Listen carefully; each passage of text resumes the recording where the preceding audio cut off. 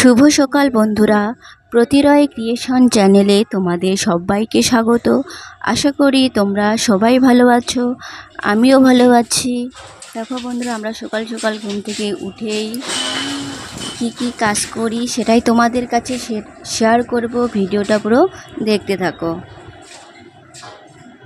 আমি প্রথমেই আগে ঘরটা ঝাড় দিয়ে দিলাম, তারপর আমার বর এখানে বাসন মাজতে শুরু করলো। তার কারণ আমার একটু শরীর খারাপ বলে সে বাসন মাজতেছে।